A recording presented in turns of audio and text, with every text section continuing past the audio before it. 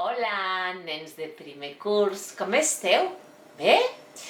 Doncs tornem a ser aquí i la Bibliolina avui us té preparats dos contes, no un, no, dos, un en català i un altre en francès. La despertem perquè ens expliqui aviam quins són aquests dos contes que ens ha preparat? Sí? Vinga, manetes a la cintura i som-hi! Bibliolina, Bibliolina, ¿cómo estás? ¿Cómo estás? Surt de la capseta i explica'ns un conte, Ja sabeu que el Tao està enamorat de la Bibliolina. Mira, Tao, està aquí la Bibliolina, que ja s'ha despertat. Que bé! Uix, uix, uix. Hola! Bon dia, Tao. Hola, guapo. Hola. Bon dia, nens de primer. Com esteu? Doncs sí, avui tinc preparats dos contes. El primer es diu La superheroïna supersònica, que ens explica què és la por o què és el que podem fer quan tenim por. Us en recordeu d'aquell conte que us vaig explicar maternal del menjapors? Que deia, menjapors, vine a menjar-te la por. I el menjapors venia i feia nyam-nyam i es menjava la por. Si ho voleu recordar, podeu entrar a la pàgina web a Maternal B i el podreu escoltar perquè està allà penjat. Doncs aquest conte és un altre i es diu La superheroïna supersònica. Aviam si us agrada.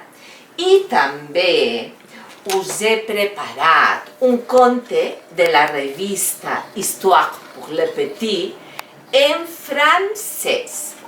I aquí aquest conte es diu Sors de la coquille, que ens explica què és la vergonya i com els nostres amics ens poden ajudar a superar la vergonya. Aviam si us agraden. Fins ara! És això que em fa tanta por. No puc controlar. La superheroïna supersònica. Era l'hivern i feia molt fred. En Xavi s'havia dormit al sofà feia estona. L'Anna va badallar. Oh! I li va dir a la mama: «Tinc gana, mama!» Mentre la mama enllestia el sopar, l'Anna va acabar de parar la taula. A la nit, quan la mama li va tancar el llum, l'Anna ja s'havia adormit. La va acaronar i va desitjar-li bona nit. A mitjanit, l'Anna es va despertar plorant. Va seure's al llit, es va eixugar les llàgrimes amb les mans i va veure que tot era fosc. Es va aixecar i va anar corrents cap a l'habitació dels pares. Va quedar-se dempeus al davant dels pares, que dormien al costat de la mare, i va començar a fer soroll de plorar.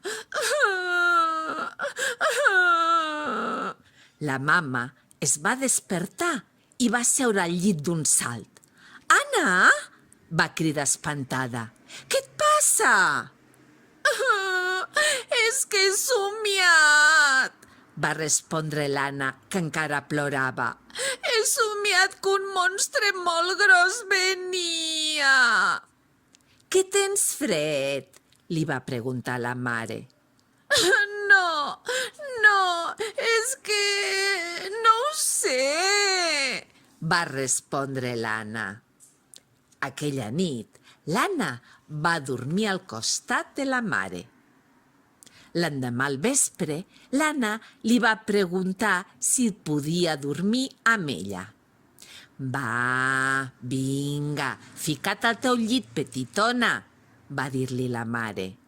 I si ve aquell monstre?» «No pot venir, perquè els monstres no existeixen», va respondre la mare. Però, mama, jo el vaig veure, va dir l'Anna.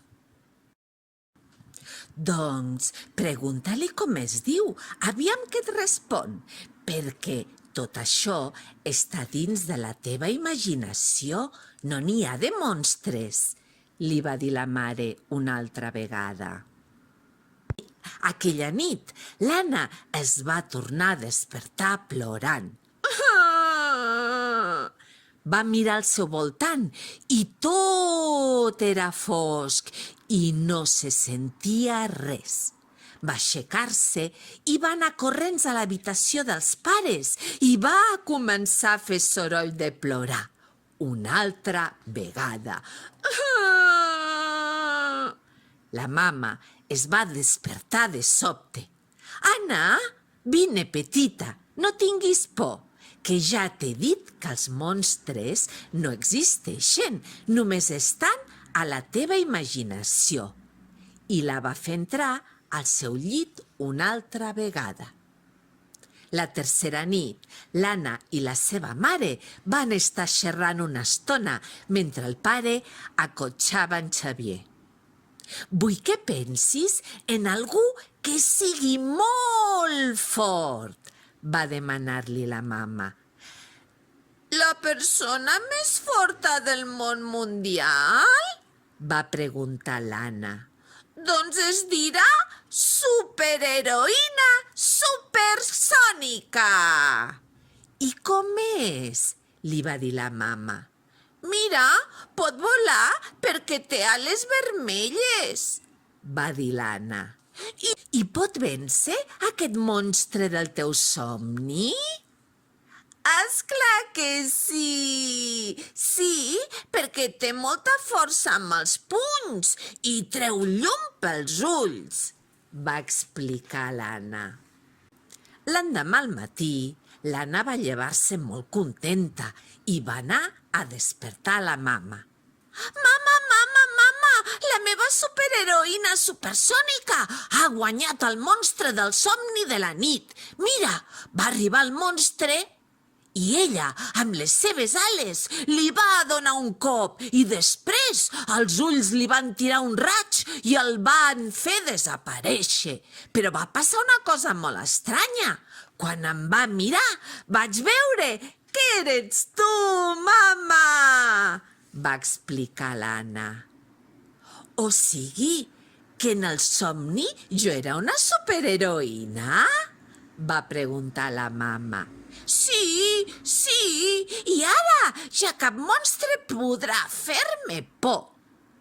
Mentre l'Anna responia, la mare va tancar la porta de l'armari, dins del qual es van poder veure unes ales vermelles en un penjador. I així és com l'Anna va descobrir què era la por i com fer-la desaparèixer dins del somni de la nit.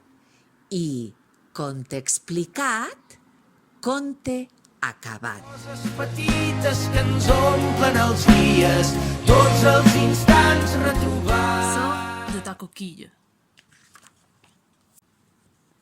Un petit coup d'œil à gauche, un petit coup d'œil à droite. Personne. Réglisse sort de chez lui. Sur la route de l'école, Réglisse avance, tête baissée. On ne sait jamais. En chemin, il pourrait croiser quelqu'un. Aussitôt arrivé dans la cour de récré, Réglisse file se réfugier derrière un fourré. Mais trop tard, la cloche a sonné. Et aujourd'hui, pas de chance. La maîtresse veut l'interroger. « Réglisse, dit-elle, à toi de réciter la leçon. Connais-tu les noms de 4 saisons ?» Aussitôt, Réglisse rentre dans sa coquille et personne ne l'entend murmurer. Automne, hiver, printemps, été. Parmi les élèves de l'école, celle que Réglisse préfère, c'est Lily la fourmi. Elle ne se cache jamais. Chaque matin, elle se précipite vers ses amis pour jouer à la corde à sauter. Et en classe, elle répond toujours d'une voix claire, les antennes bien dressées. Jamais Réglisse n'osait l'approcher. Il se contente de la regarder, de loin, de très loin. Mais cet après-midi, tandis que Réglisse admire Lily, plongée dans ses rivières, Nino, le mille-pattes, arrive d'un pas discret et, d'un coup, il se met à chanter. Réglisse est amoureux, Réglisse est amoureux. Surpris, Réglisse bondit, bascule en arrière, roule et tourne comme un toupie. Et patatras! Il se cogne contre un arbre, tout près de Lily. Quand il reprend ses esprits, Réglisse voit la petite fourmi penchée au-dessus de lui. Oh non! Elle le regarde! Que va-t-elle penser de lui? Aussitôt, Réglisse veut rentrer dans sa coquille. Mais, catastrophe! Elle est brisée en 1000 morceaux. Ni un, ni deux, Réglisse fonce derrière l'arbre. Ne te cache pas, Réglisse, lui dit Lily. C'est bien aussi de ne pas avoir de coquille. Tu seras plus légère pour jouer avec moi la corde, à sauter, et tu te déplaceras plus vite pour faire la course. Réglisse ne revient pas. Ça alors, Lily veut jouer avec lui. Alors, doucement, il s'avance en rougissant. Le lendemain, Réglisse ne regarde ni à gauche ni à droite avant de sortir de chez lui. Quand la maîtresse l'interroge, il répond la tête haute et les antennes en avant, comme Lily. Et le jour suivant, surprise! Dans la cour de récré, tout le monde fait cercle autour de lui. Regarde, Réglisse, nous avons réparé ta coquille, annonce Nino. Mais nous ne te la donnerons qu'en une condition, précise Lily. Laquelle? Demande Réglisse. Que tu ne te caches plus jamais dedans. Depuis ce jour, Réglisse ne se cache plus dans sa coquille. Mais quand Lily joue avec lui, il rougit toujours un peu. Normal, il est amoureux. Hola, amics! Que us ha agradat? Que us han agradat els contes? Sí? Doncs d'aquí 15 dies més.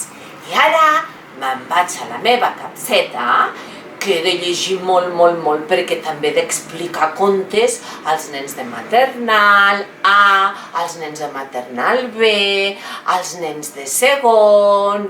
Doncs, fins al proper dia! Adeu, Bibliolina! Adeu, Tao! La posem a dormir. Tanquem la capseta i som-hi! Bibliolina, Bibliolina, tens molta son, tens molta son. Vés-te'n a dormir, vés-te'n a dormir. Bona nit.